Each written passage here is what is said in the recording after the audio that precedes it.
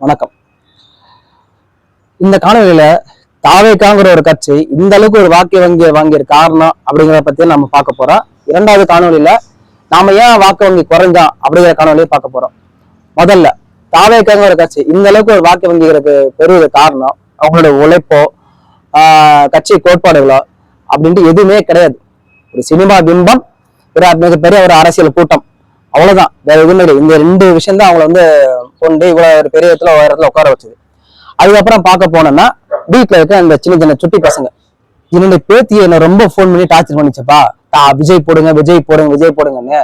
அதனாலதான் போட்டேன். சரி பாவம், என் பேத்தியோட ஆசையை நிறைவேற்றிருக்கா, நான் விஜய்க்கு போட்டேன் நானு அப்படின்னு. இன்னொரு பெரிய கேட்டா, என் பேரை ரொம்ப தொல்லம் பண்ணாப்பா, விஜய் போடுங்க விஜய் போடுன்னு, பாவம் அப்ப குழந்தையோட ஆசை நிறைவேற்றிருக்கா விஜய்க்கு போட்டேன் அப்படின்னு. இது நான் விசாரிச்சது, நான் கேள்விப்பட்டது.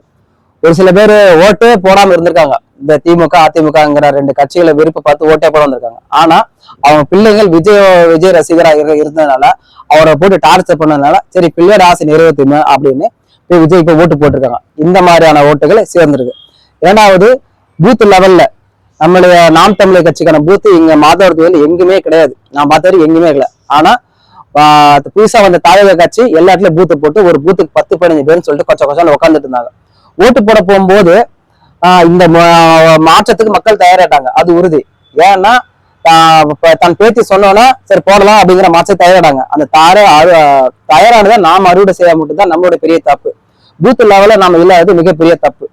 அந்த பூத் எல்லாம் போகும்போது அப்ப இந்த 3 கட்சி தான் இருக்கு. இந்த 3 கட்சி 2 கட்சி பழைய கட்சி, ஒருத்தன் புதுசா வந்திருக்கா விஜய் சினிமா படம், சரி போட்டு பார்ப்போம் அப்படிங்கிற அடிப்படையில விஜய்க்கு வாக்கு கொண்டு செலுத்திட்டாங்க.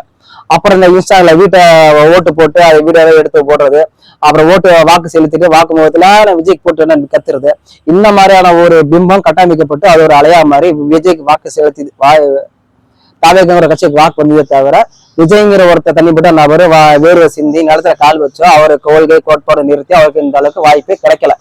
இது நாம் தமிழுக்கான ஒரு தெளிவான பாதையை உருவாக்கி கொடுத்திருக்கு. இப்படி செய்யாத போது ஓட்டு கிடைக்குன்னா ஒரு தெளிவான கோட்பாடு, கொள்கை, அரசியல், ஆட்சி வரைமுறை வச்சிருக்க நாம சரியா உழைச்சால் நாம ரொம்ப எளிமையா ஆட்சியை பிடிச்சிடலாம். இப்ப பிடிக்காதால இன்னும் 5 வருஷம்லாம் அடுத்து 10 வருஷம் நம்ம பிடிச்சிடலாம். அதுக்கான வாய்ப்புகள் தாவேங்கிற கட்சி நமக்கு திறந்து விட்டுருக்கு. ஓட்டுக்கு பணம் கொடுக்கறதுலாம் தேவையில்லை. ஏதோ ஒரு அரசியல் பிம்பம், ஒரு கட்சி கூட்டம், பெரிய கூட்டம், இது இருந்தாலும் போதும் ஆட்சியை பிடிச்சிடலாம் அப்படிங்கிறதா நமக்கு தாவேக கட்சி உணர்த்திருக்குது.